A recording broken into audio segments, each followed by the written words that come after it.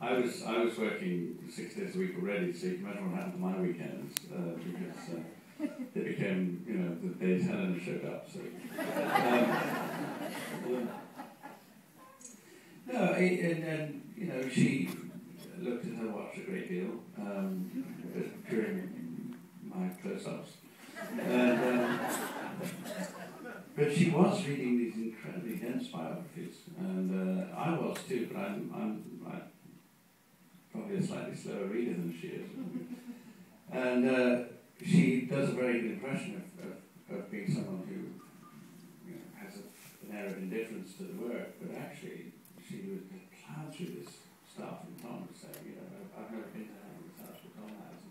And apparently it's crammed with royal experts and, you know, research source people. So I was able to, you know, use Helena as a secondary source a lot of the time. I did read books. I knew almost nothing about the contemporary royal family. You know, I just don't.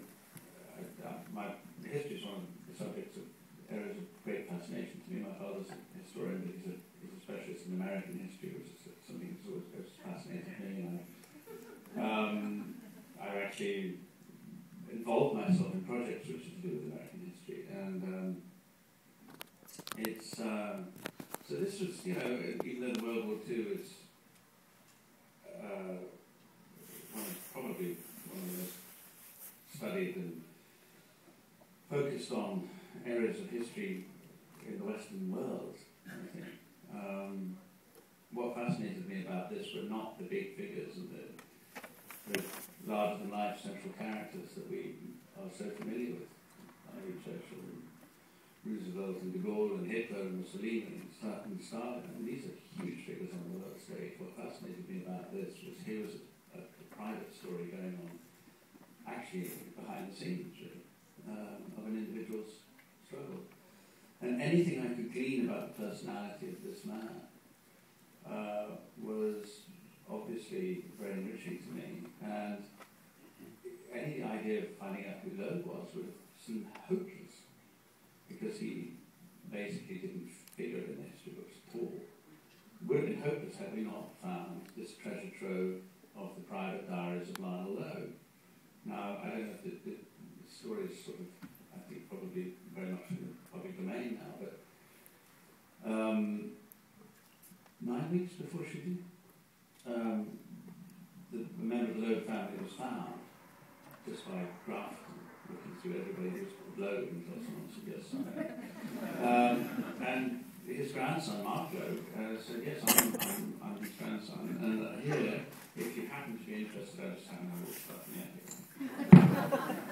Here's all my grandfather's diaries and notes and documents and recorded conversation with the king. I don't know if it could be useful to you at all. Of course, for us, this was the Dead Sea Scrolls, you know, opening an Egyptian tomb or something. So that became an incredibly rich source of research material. What was your preparation to actually learn the stammer? I mean, that's something you just kind of pick up. It must take a lot of work. If I could have found an answer to that, it would have made the last few months of promotion much easier. I don't know. I honestly don't know what it was technically. No, so it actually struck me, because I was going to ask that. Actually, in a funny way, we didn't. Our three of us, we didn't spend a huge amount of time, you know, practicing the sounds and going. I mean, oddly, I always felt confident that that would arrive. I mean, the most useful thing, you know, was talking to David about his experiences as a sound. I think he was the single most useful person we spoke to by a long way. You know, we have speech therapists, but they are trained to stop people sounding. You can't actually find people who are specialists in making you sound. But I think a lot of work was on character and on, you know, working, discussing the script. And it's integrated in those things. I mean, this is the third time I've played a character who sounds, and the previous two experiences have not helped me at all. You know, I hope they would in concept. You know, moving up this character, and I knew that there was an answer to decline in all sorts of ways, but I thought that the actual stammer was something that I'd experienced in terms of how to technically arrive at something like that, but I had to start from scratch. And Tom's right, David was by far the most useful source in that respect. We had a wonderful dialect coach. Derek Kennedy. Yeah. About you what? Chose the same person. Sorry. This is a good window into our relationship. I love you, Dave, but what are you talking about? I know, you never know. I'm unintelligible. And I was just saying, wasn't there something that, wasn't it weird that you sort of mentally, you spoke to somebody who had a stammer? Oh, no, I got it. Oh, yeah, no, yeah. All right, two things that were very interesting to me. In terms of, because as actors we're kind of scavengers, we pick from everywhere we possibly can, whether it's a biography. You said something about this. You know, you read a 900-page biography, and it's actually one little soundbite that penetrates your consciousness and lodges itself there and radiates out and somehow informs everything else. And so we forage for those things. And a lot of what David said has been of immense help to me imaginatively. I mean, this doesn't necessarily mean that you're going to be able to arrive at a technique, but the imaginative journey I had to take was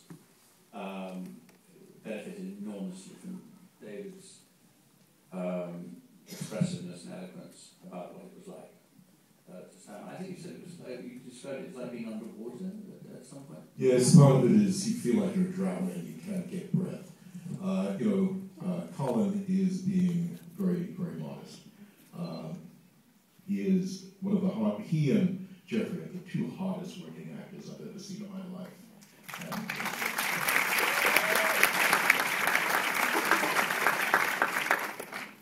of course, Colin. Actually not. But the weekend queen. But Colin quizzed me so carefully and with such intelligence